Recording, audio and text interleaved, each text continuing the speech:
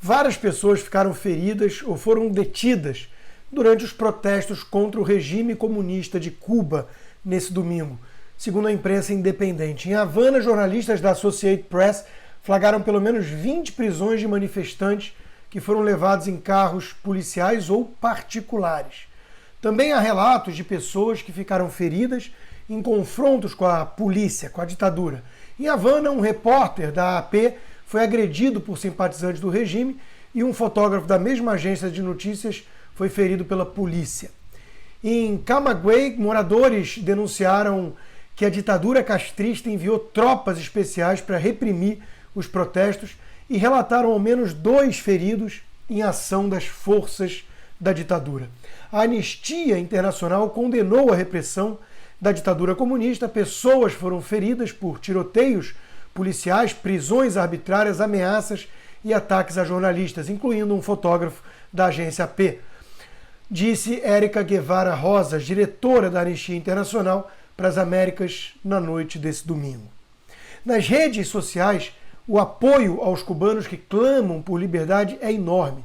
Já são mais de 2,5 milhões de tweets, a imensa maioria, óbvio, torcendo por uma Cuba livre. Já os comunistas espalhados pelo mundo tomam o partido da tirania assassina criada pela família Castro, o ídolo de Lula. É o caso do MST, o braço armado do PT no campo. O governo convoca a população revolucionária a se insurgir nas ruas em defesa da revolução contra essas manifestações de caráter antirrevolucionário, escreveu a página oficial do MST. Observem o que se passa em Cuba, ou tentem, pois a tirania comunista cortou a luz e a internet, já limitada e capenga. E entendam por que todo totalitário quer desarmar o povo. Arma é liberdade. Milhões de escravos desarmados estão à mercê de milicianos lulistas, sem chance de defesa. Essa foi a pegada de várias mensagens também. Bárbara, do canal Te Atualizei, comentou: o povo de Cuba desarmado agora é alvejado pelos revolucionários que protegem a ditadura comunista. Que Deus proteja e livre esse povo. O canal Dama de Ferro sintetizou: o povo cubano é uma maioria desarmada. Deus os proteja. A advogada Flávia Ferronato foi direto ao ponto. O povo cubano está desarmado. Não é sobre armas, é sobre liberdade. Ioni Santos, líder ativista, corajosa na Ilha Presídio, pediu ajuda ao mundo.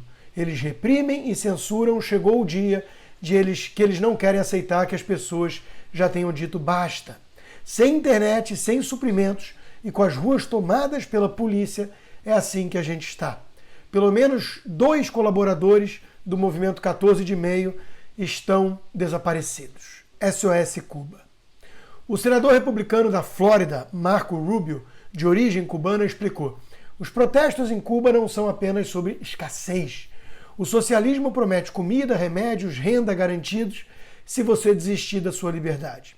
Quando, como sempre, falha em entregar, você não tem a sua liberdade de volta. É por isso que os manifestantes estão gritando liberdade. Já Dan Crenshaw mostrou revolta com a tentativa do governo Biden de mascarar o que se passa em Cuba, como se tudo fosse uma manifestação por mais vacinas e não pela própria liberdade. O portal Senso em Comum lembrou quem são os aliados com o regime opressor cubano no Brasil, aqueles que nos acusam de antidemocráticos, na maior inversão cara de pau do planeta. Randolph Rodrigues é o queridinho dessa CPI circense e é também companheiro de Nicolás Maduro, que por sua vez é o braço direito do regime cubano hoje. E há, claro, os isentões, aqueles que garantem defender a democracia, mas sempre colocam um mais depois para justificar atrocidades oriundas da esquerda. A realidade cubana em nada se parece com as falácias repetidas pelos esquerdistas. O imitador de focas, por exemplo, escreveu: eu sou um defensor da democracia representativa e serei contra sempre regimes autoritários. Mas o cara me perguntou se alguém já venceu na vida num país socialista. Ora porra, eu só falei o óbvio. Em Cuba não há analfabetismo, a saúde é de ponta e gratuita e há muita segurança. Estamos vendo. Os bobinhos, vale lembrar, diziam que tudo melhoraria com Obama, o paizão dos Castro, e com a morte de Fidel. Apostaram suas fichas numa abertura gradual e voluntária, como se alguma vez na história tiranos comunistas tivessem aberto mão do poder e do controle sem uma forte pressão externa e interna. Cuba só será livre com atos de rebeldia contra a tirania, de preferência com ajuda internacional concreta. Os cubanos merecem respirar ares livres. São escravos há meio século, numa situação de penúria. E pensar que vagabundos comunistas querem importar essa realidade para o Brasil com apoio até de certos banqueiros. Nunca esteve tão claro o que se passa em 2022. De um lado, quem apoia o povo cubano e vai votar em Bolsonaro. Do outro lado, quem apoia a ditadura cubana e está com Lula.